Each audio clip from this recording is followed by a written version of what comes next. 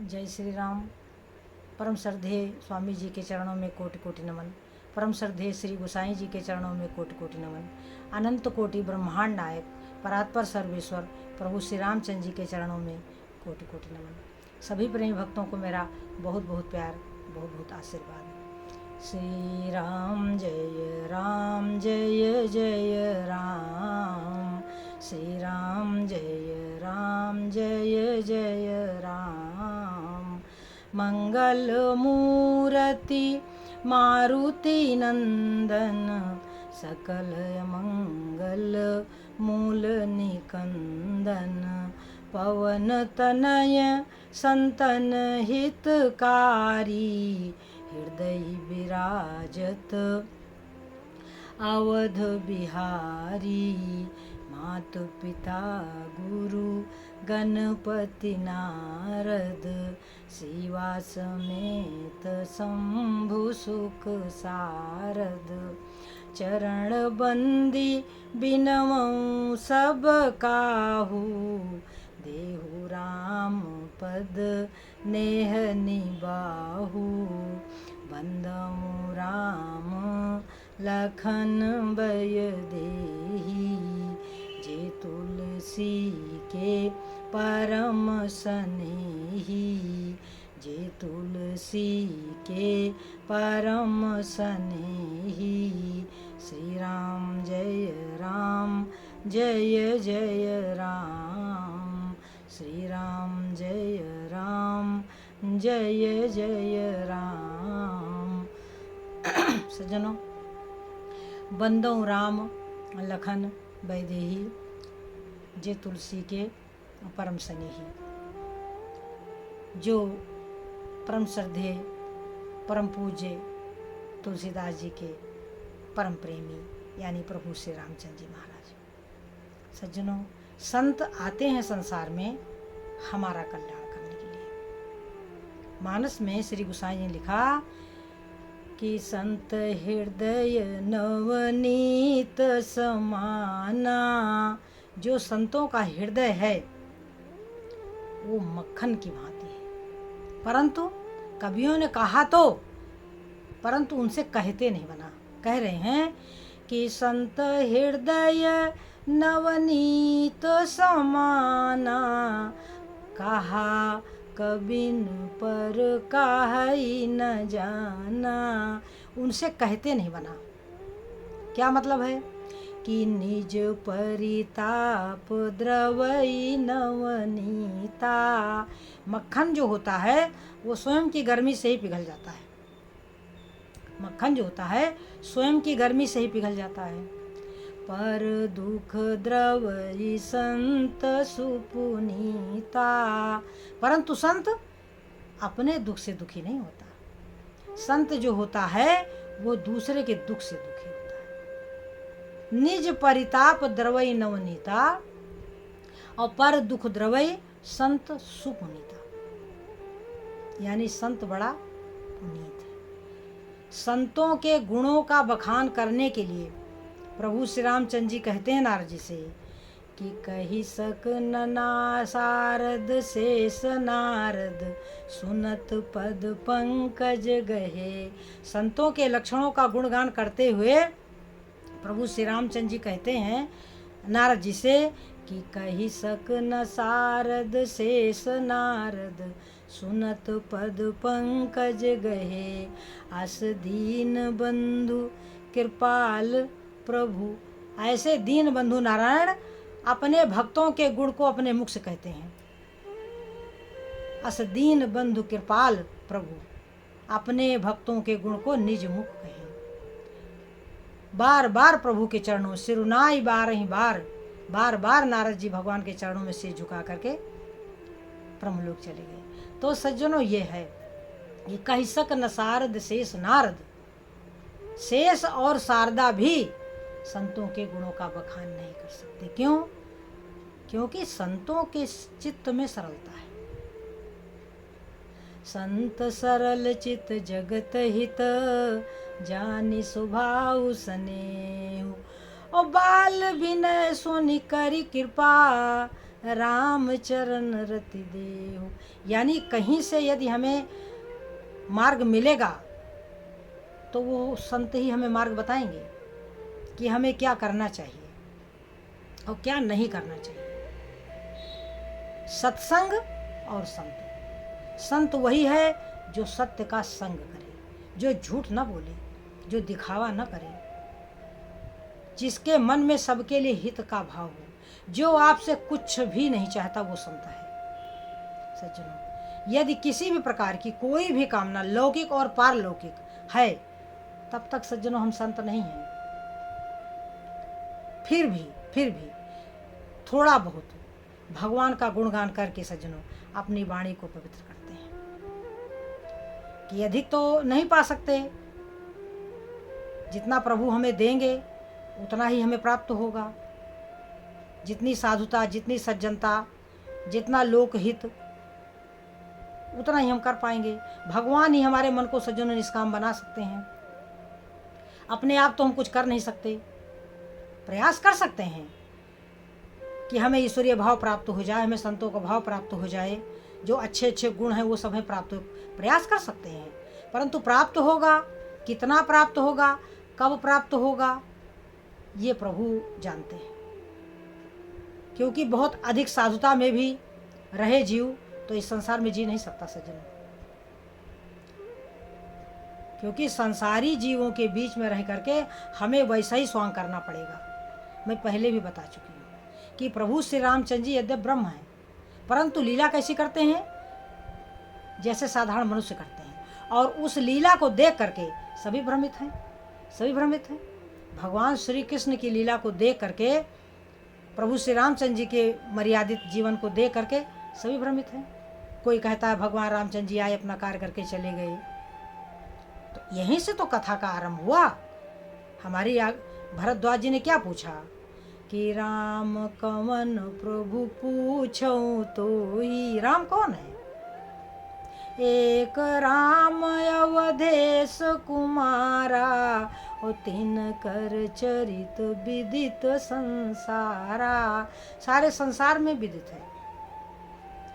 अब कह रहे हैं कि नारी बिरह दुख लहऊ अपारा, अभयऊ रोसरन रावण मारा। रावण का वध कर दिया।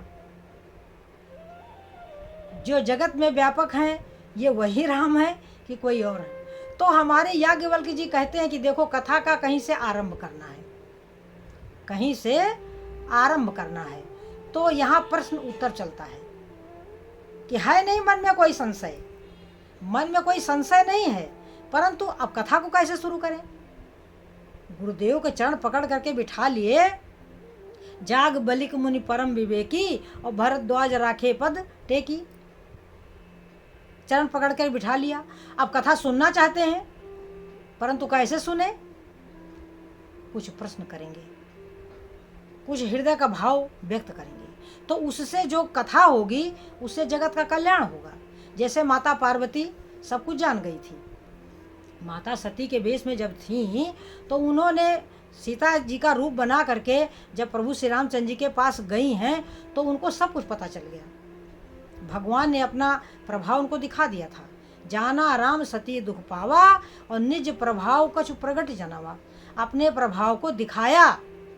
सती दीख कौतुक मग जाता। सती ने देखा, क्या कौतुक देखा कि आगे राम सहित श्री भ्राता, साथ में सीता जी भी हैं, राम भी हैं, लक्ष्मण भी हैं। जहाँ देखें तहाँ प्रभु आसीना, परंतु माया। सब कुछ देख लिया था, परंतु मन जब मलिन होता है सज्जनों, तो देख करके भी जीव नहीं देखता। और जा करके शंकर भगवान से झूठ बोल दिया। और जब जब जीव झूठ का सहारा लेता है, बस उसी समय वो भगवान से विमुख हो जाता है। कारण कि भगवान सत्य स्वरूप हैं। प्रभु जो हैं सत्य स्वरूप हैं। अब बार बार झूठ बोलना और बार बार भगवान का कहना ना मानना, तो शंकर भगवान मजबूर हो गए माता सती को त्यागने के लिए। तुलसीदास जी कहते हैं कि जलु पै सरिस बिकाई, देखो प्रीति की रीति भली, और बिलग होई रस जाय, कपट खटाई परत पुनी। तो जो जल होता है वो दूध में मिल जाता है तो दूध के भाव बिक जाता है। जल उपय सरिस बिकाए, देखो प्रीत की रीत भली। परंतु यदि कपट रूपी खटाई इसमें पड़ जाए तो वही दूध फट जाता है, बिलग हो ही रस जाए। यानी शंकर भगवान से माता सती ने कपट किया, यद्यपि वो शंकर भगवान की अर्धांगिनी है, फिर भी कपट के कारण, झूठ के कारण, कहना ना मानने के कारण शंकर भगवान को उन्हें त्यागना पड़ा। तो इसी तरीके सज्जनों, यद्यपि हम भगवान के ही अंश हैं, जैसे प्रभु सच्चित आनंद स्वरूप हैं, वैसे हम भी चिदानंद हैं। वह सच्चिदानंद है, हम चिदानंद हैं। ईश्वर अंश जीव विनाशी, चेतन अमल सहज सुख राशि। यह जीव चेतन है, यह जीव निर्मल है और सुख की राशि है, परंतु अलग कहाँ से हुआ? सत्य से। सत्य से विमुख होने के कारण यह जीव बन गया। तब से जीव भयो संसारी, तब से संसारी हो गया और संसार में दुख भोगता है। लोग सोचते हैं अरे हमारा बेटा बैरागी हो जाएगा तो क्या? ऐसा नहीं होता सज्जनों। वैराग्य भी जीव के भाग्य में लिखा होता है।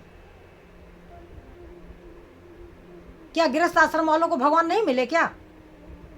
जो गृहस्थ आश्रम में है, जिनके बाल बच्चे हैं, जिनके पति हैं, जिनकी पत्नी, उनको प्रभु नहीं मिले? कितने प्रमाण हैं?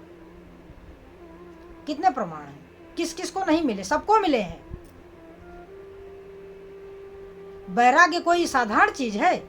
बेराग, राग द्वेष से रहित होने का नाम वैराग्य है। फिर चाहे हम संन्यास आश्रम में रहें। इस विषय में एक छोटी सी कथा है सज्जनों। राजा जनक के दरबार में एक साधु गया और उसने प्रश्न किया कि राजन, आप राज्य का कार्यभार भी संभालते हैं और आपके मन में वैराग्य है, तो आप इसको सिद्ध करें। तो राजा जनक ने कहा ठीक है, किसी दिन दिखा देंगे आपको। उन्होंने कहा हम देखना चाहते हैं। तो राजा जनक ने सोचा ठीक है, दिखा देंगे किसी दिन आपको वैराग्य किसे कहते हैं। तो एक दिन क्या हुआ कि जो मंत्री था वो चिल्लाता हुआ आया, कहने राजन महल में आग लग गई, राजन महल में आग लग गई, राजन महल में आग लग गई। अब राजा जनक चुपचाप बैठे थे, उनमें कोई प्रतिक्रिया नहीं हुई। परंतु जो संत था वो भागा और उसके बाद फिर थोड़ी देर बाद लौट के आया और कहने लगा राजन, आपको पता चला कि आपके महल में आग लग गई है, आप में कोई हलचल नहीं हुई, आप यथावत बैठे रहे। तो राजा जनक ने कहा वो तो बात ठीक है कि मैं बैठा रहा, मुझ में कोई हलचल नहीं हुई, परंतु आप कहाँ गए थे? आप कहाँ चले गए थे? तो महात्मा ने समझाते हुए कहा कि राजन, वो क्या है ना कि मैंने सुना कि महल में आग लग गई है, तो मैं देखने आया कि कहीं मेरी लंगूटी न जल गई हो। अब देखिए, यही आप समझ लें कि राजा जनक गृहस्थ आश्रम में है और वो सन्यासी संन्यास आश्रम में है। उसको अपनी लंगोटी की चिंता है, उसको अपनी लंगोटी की चिंता है, और राजा जनक को महल की चिंता नहीं है। तो चिंता रहित मन, राग द्वेष से रहित मन भगवत प्राप्त कर लेता है सज्जन। उसके लिए कोई गृहस्थ आश्रम, कोई संन्यास आश्रम की कोई आवश्यकता नहीं है कि हम सन्यासी हो गए तो हम प्रभु को प्राप्त कर लेंगे और हम गृहस्थ आश्रम वाले हैं तो हम प्रभु को नहीं प्राप्त करेंगे। ऐसा कुछ नहीं है, ऐसा कुछ नहीं है। ये जो हमारा मन है, ये जो हमारा चित्त है, वो क्या चाहता है? यह यदि ईश्वर प्रेम को चाहता है तो यह खाएगा, पिएगा, सोएगा, पहनेगा, ओढ़ेगा, परंतु इस पर कोई चीज असर नहीं करेगी। थोड़ी देर के लिए यह संसारी दिखेगा, परंतु इस पर कुछ नहीं असर करेगा। संसार इस पर कभी नहीं असर होने देगा। मतलब हमारे मानस पटल पर, हमारे मन में कभी संसार नहीं रहेगा। शरीर संसार में, देखो नाव में जल रहे, जल में नाव रहे तो ठीक है, परंतु यदि नाव में जल हो जाएगा तो नाव डूब जाएगी। हम संसार में रहें, इसी संसार में संसारी जीव भी रहते हैं, और इसी संसार में जो मुक्त जीव वो भी इसी संसार में सज्जनों रहते हैं। सगुनो पासक मोक्ष न लेहि, सगुण ब्रह्म के जो उपासक होते हैं वे मोक्ष नहीं लेते। तिनको राम भगत निज देही। सज्जनों, बहुत समय पहले की बात है, मुझे तब बोध नहीं था, तो मैं सोचती थी कि इस संसार में आने का क्या लाभ, इस संसार में हमें कुछ प्रिय नहीं है, तो ये संसार हमारे किस मतलब का। हे प्रभु, अब ऐसा करना कि जब हमारा शरीर छोड़े तो हमको शरीर मत देना। ऐसा मैं सोचा करती थी अपने मन में। परंतु जब हम उत्तरकांड तक पहुँचे और हमको बोध हुआ, धीरे धीरे मुझको ज्ञान हुआ। जब मैं अंधकार से प्रकाश में आई तो मैंने जब चौपाई देखी मानस में कि काकभूषुंडी जी कहते हैं कि तजहु न तन निज इच्छा मरना, और तन बिनु वेद भजन नहीं बरना। तब जब ये बात पता चली कि बिना शरीर के हम भगवत भजन नहीं कर सकते, तब मैंने सोचा कि अब कौन सा शरीर चाहिए, अब कौन सा शरीर चाहिए। देवताओं का शरीर चाहिए नहीं, देव योनि चाहिए नहीं, क्योंकि वो भोग प्रधान है। तो फिर अब क्या चाहिए।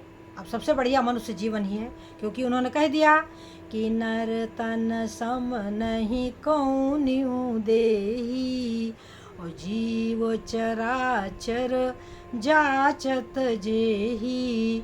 स्वर्ग नरक अपवर्ग निसेनी, ज्ञान विराग भगति सुख देनी। तो सज्जनों, जब मुझे ये पता चला कि ज्ञान, वैराग्य और भक्ति, ये जो तीन है, ये बहुत बहुत बहुत सुख देने वाला है। इसको लंका में लंकिनी ने भी कहा हनुमान जी से कि तात स्वर्ग अपवर्ग सुख धैर्य तुलायक अंग। स्वर्ग और अपवर्ग यानी मोक्ष का सुख एक तराजू पर रख दो और एक क्षण का सत्संग रख दो, तो सत्संग ही भारी होगा। तो सज्जन वृंद बताओ, और सत्संग अच्छा भी बहुत लगता है सज्जनों। सत्संग के बिना तो हम एक पल रह भी नहीं सकते। तो यही हमारा सुख है, यही हमारा आनंद है, यही हमारा परम सौभाग्य है, यही हमारा परम धन है। इसके जरिए हम पूरा जीवन सुख में जी सकते हैं। क्यों? कुछ नहीं करते हम कुछ नहीं करते, हमने कभी कुछ किया नहीं। हमें जितना याद है, माता पिता ने सेवा करके बड़ा कर दिया, हमसे जो हो सका हमने उनकी सेवा कर दी। उन्होंने मुझे विदा कर दिया, मैं ससुराल आ गई। मुझे कोई चिंता नहीं, पतिदेव कमाते हैं, मैं खाती हूँ, मैं राम का भजन करती हूँ, मुझे कोई चिंता नहीं। सारी चिंता भगवान को है। चिंता दीन दयाल को, मोह मन सदा आनंद, जाए उसो प्रतिपाल सी, रामदास गोविंद। हमने कभी चिंता की नहीं, सारी चिंता मेरे नारायण को है। वे जानते हैं कहाँ हमें रहना है, क्या हमें खाना है। हमें तो उनका ध्यान चाहिए, हमें तो उनका नाम चाहिए, हमें तो सत्संग चाहिए, हमें तो उनके अपने और प्रभु के स्वरूप का बोध हो जाए। कुल मिला करके हमको संतों के वचन मिल जाए, बस हमें सत्संग मिल जाए, बस। तो ये स्थिति है सज्जनों भक्तों की। अब किसको कैसे समझाया जाए। लोग बेकार की बात किया करते हैं। तो अब जिसने जो सुख पाया नहीं, तो वो उसको तो उसके लिए बेकार ही है सब कुछ। परंतु हम लोगों से पूछो कि सत्संग क्या है, सद्गुरु क्या है, प्रभु कौन है, राम कौन है, कृष्ण कौन है, राधा कौन है। सच पूछो तो राम कृष्ण राधा के बिना हमारा लोगों का कोई अस्तित्व ही नहीं है, कुछ भी नहीं है। हम किसी लायक नहीं रह जाएंगे यदि उस तत्व को हमें ना मिल जाए तो। हमारा कोई मतलब नहीं है। थोड़ा सा संसारी लोगों की तरफ जब हम दृष्टि करते हैं तो हमको बड़ा दुख होता है, सच में बड़ा दुख होता है, बहुत दुख होता है। मन में ऐसा आता है कि काश जो हम लोगों के हृदय में है वो सबको मिल जाए। परंतु अब सज्जनों क्या कहें, जिस पर प्रभु की कृपा हो जाती है उसको सब कुछ प्राप्त हो जाता है, और जिसको प्रभु पर कृपा नहीं होती है, या यूँ कहो प्रभु की कृपा तो है, भगवान की कृपा से हमें मानव जीवन मिला हुआ है और भगवान की ही कृपा से हमें सत्संग मिला हुआ है, परंतु अब वो रस अच्छा ही ना लगे। तो तुलसी पूरब पापते हरि चर्चा न सुहाए, जैसे जोर के जोर से भोजन की रुचि जाए। सज्जनों, जीवन जीना एक कला है और वो भगवान की भक्ति से ही वो कला प्राप्त होती है। जब जीव भगवत चिंतन करता है, जब जीव शास्त्रों को पढ़ता है, जब जीव सत्संग सुनता है, जब भगवान से मांगता है कि हे प्रभु हमें नहीं पता है, आप हमको बोध करा दो, तो जीव को संसार का सुख लेने का आनंद मिलता है। यदि जीव को जब तक भगवत प्रेम नहीं प्राप्त होता तब तक उसका मन हमेशा दुखी रहता है, उसका मन अभावग्रस्त रहता है, वो हमेशा चिंतित रहता है। परंतु जब भगवान का ध्यान होने लगता है तो जीव निश्चिंत हो जाता है। जब जीव को बोध मिल जाता है, यानी भगवान का साक्षात्कार हो जाता है, तो वो बिल्कुल शांत, आनंद, सुख, पता नहीं कैसे कैसे होने लगता सज्जनों। अब वो सब चीज़ें हम लोग बता नहीं सकते, पर यह है कि बस भगवान कथा करते, प्रभु की कथा करते। जो वास्तविक चीज़ है वो तभी मिलेगी जब उसमें रस आने लगेगा। जब कथा में प्रभु प्रेम हो जाएगा, कथा में प्रेम हो जाएगा, तब वो उस रस का आनंद मिलता है सज्जनों। अब क्या करे जीव, जिसको नहीं मिला वो क्या करे, उसका कोई गलती थोड़ी ना उसकी। हम लोगों को क्या है, हम लोगों को मिल चुका तो फिर हम लोग उसमें रमण कर रहे हैं सज्जनों।